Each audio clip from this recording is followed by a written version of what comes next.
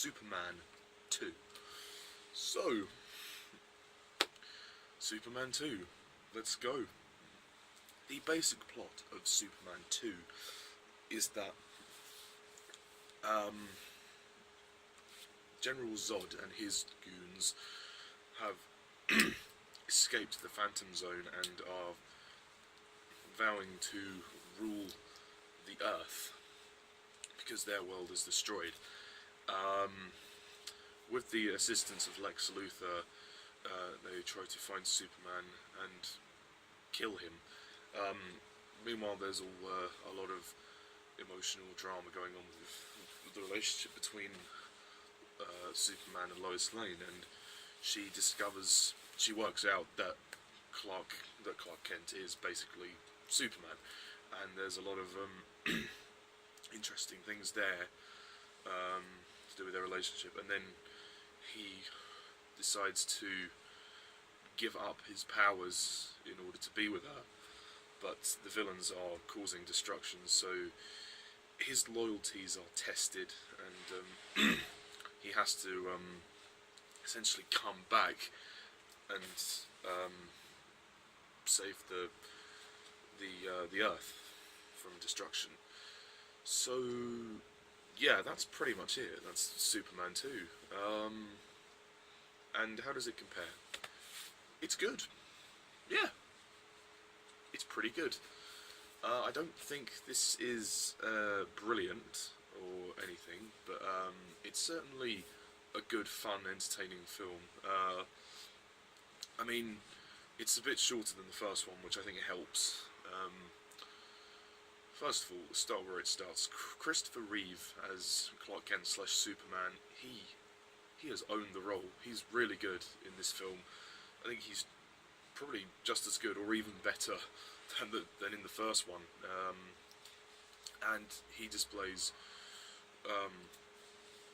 quite a lot more of the... there's a lot more drama he has. I mean, he's trying to keep his identity a secret, but he's under pressure. He's under pressure because, you know, Lois has basically declared her love for him. He doesn't want her to be put in harm's way or anything, but he does feel the same for her. It's, you know, it's interesting, the drama that happens between them. That's sort of the movie's main focus, is their relationship.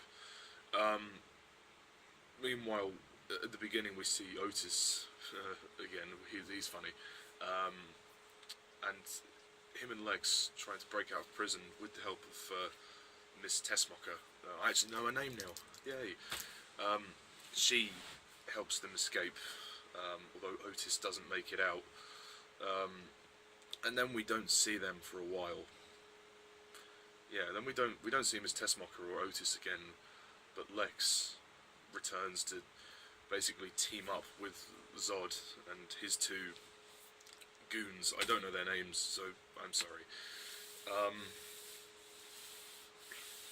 So yeah, I also think Margot Kidder as Lois Lane, she gives a much stronger performance this time. I mean, they still make her a damsel in distress, but you know, I'm used to that. There's a lot of superhero films do that. She gives a much more emotional performance this time around because of her love for Superman and the emotional stress of knowing who he is and not being able to speak about it, not being able to speak to him in the, you know, as who he really is. And you know, he sacrifices everything for her, and you know, you feel that there's a strong connection between them, and you know, I like that. I do feel it does kind of take over the film though, their drama. It does overshadow the main plot, which is the biggest bugbear, but I'll talk about the problems in a minute.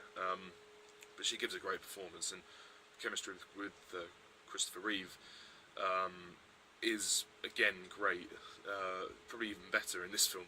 I mean, it's funny when they go to Niagara Falls and they have to stay in that hotel. There's some like how you see Christopher Reeve as Clark pretending to be this awkward kind of buffoon who doesn't really know what to do, and it's just great. I mean, and then you know she she decides to do something stupid and throw herself over the edge of the balcony because she's so convinced that he's Superman, but he doesn't want to give away who he is.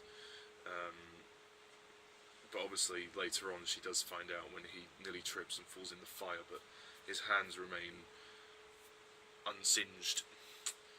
So yeah, I mean it's a really I mean all the drama with that is really nice, and the scene when he goes to the kind of the crystal fortress place, and you know he's basically given an ultimatum that says, well, if you just know that you can't have your powers, you have to give up. If you love her this much, you have to be immortal. And essentially, that, you know, that's the emotional heart of the film, is their relationship and his sacrifice for her, just for her. It's great. I mean, but obviously then he has to come back and emerge, so to save the Earth.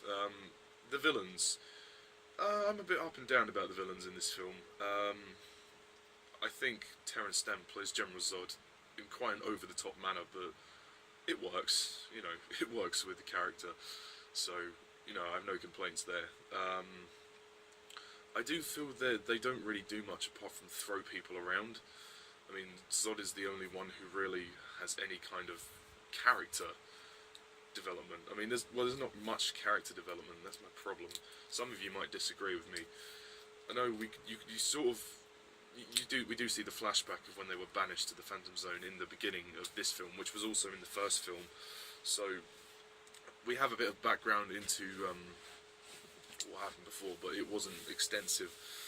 I just feel that there could have been much more development if they focused less on the love story and focused more on the backstory of the villains.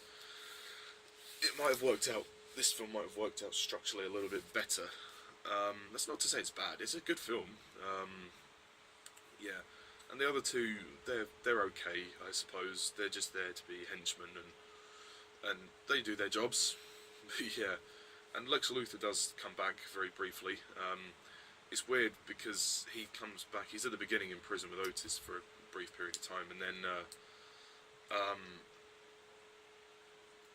you know, we kind of forget about him for a bit, and then he comes back sort of in the last 3/4 of the film, and I love the fact that there's always a proposition with him. You know, he's just a businessman. You know, he's only in it for numero uno. You know, his self. He wants to rule Australia, which is quite interesting. I mean, I preferred his character much more in the first one. And you know, that being said, this film may be shorter than the first one, but I don't think it has as much dramatic weight as the first one. I mean, there are some nice moments, don't get me wrong, and I think the love story is nicely developed, but I think too much attention has been focused on that and not enough on the villain's plot. So the villains kind of get overshadowed, which is a shame. It's not terrible, but it's just, you just feel I just felt slightly disappointed with the way the film was structured. I mean, they spend a lot of like the first 45 minutes, not much in terms of actual plot happens. I mean, there's some entertaining scenes with Lois and Superman, but there's not really anything major in terms of plot that happens, which is a bit of a shame, really. I think the production design is good. It looks current for the time it was in, and the effects for the time were big and bang and wizzo, and they were impressive for the time. And the action sequences are good. There's a bit more. This film has a bit more action than the first one. The action climax is superb. Like the last half an hour of the film is great. I mean, you feel the tension of Superman. You know, he's come back, but he's not at his strongest. And then he kind of, when he leaves, that moment when people just react, they're going, "Why is he left? He's left us." No. Or before that, when they think Superman's been crushed by the bus and they think he's dead, and all the people are about to charge on to Zod and his goons, which is that's a nice moment. And it all builds to a very emotional climax with you know, that scene in the office at the end with Lois and Superman, where she said, "Oh, don't you know what it's doing? This is killing me inside. You know, having to, you know, keep this all a secret and everything." And you know, then when he kisses her, he essentially wipes her memory of finding out that he was Superman. So yeah, that's quite emotionally strong, because obviously he then has to carry on pretending that, as Clark Kent, that he doesn't love her, which of course he does, but now it's sort of gone back to where it was before, and it's very lovely. I just don't think this film has as much of the emotional punch that the first one did. The first one did really well, and it kept me entertained for 2.5 hours, but I crucially loved the origins of Superman and him discovering everything. This is kind of about, it's not really about much apart from the love story for me, about him realising that he loves Lois Lane and he wants to be with her, and he gives up his powers for that. But there's not much else. I feel that this movie's slightly empty, or the love story slightly overshadows everything else. I mean, the music, again, by John Williams is great. There's a nice scene at the beginning in Paris, in the Eiffel Tower, where Superman has to save Lois Lane. That's all good. And the pacing is good. I think it's well paced. I mean, it's about 2 hours 10 minutes, which is a bit shorter than the previous film. It has a couple of, I mean, there's some great, there's a great scene in the diner where this guy, this absolute prig, tries to perv on Lois Lane. This is shortly after Superman has become mortal, and then he tries to politely tell the guy to go outside, and he says, "Sir, if you'll excuse me, please, sir, can you please come outside?" But then they get into a fight, and that was quite a good scene. And then I love the ending of the film when he goes back in to the diner to get Lois's stuff, and then he beats the guy up and throws him out. And he says, and he gives the guy the money, and he says, "I'm sorry about the damage." Yeah, and they all look with awe that, you know, he says, "Oh, I've been working out." So he gets his own back on the guy, which is great. I don't really have much to say. All I can really say is this movie has a nice fun sensibility about it. It's a good sequel. It's fun, but I don't think it's as emotionally strong as the first one. Not that it isn't emotional. I mean, there are some great emotional scenes that it does have, but I feel it's more contained. I feel like, I mean, the direction by Richard Lester is good, I think, but I think I prefer the direction in the first one. It does take a while to get going. I think it's a bit slow in a couple of scenes.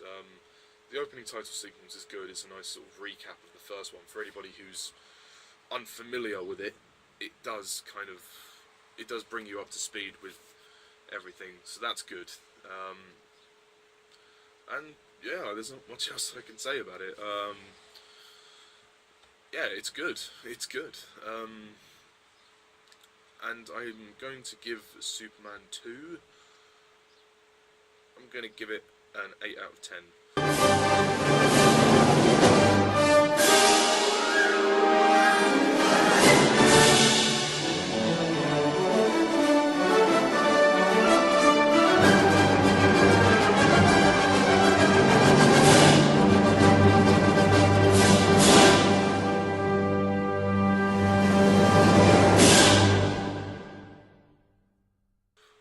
Just gets an 8 out of 10 for me.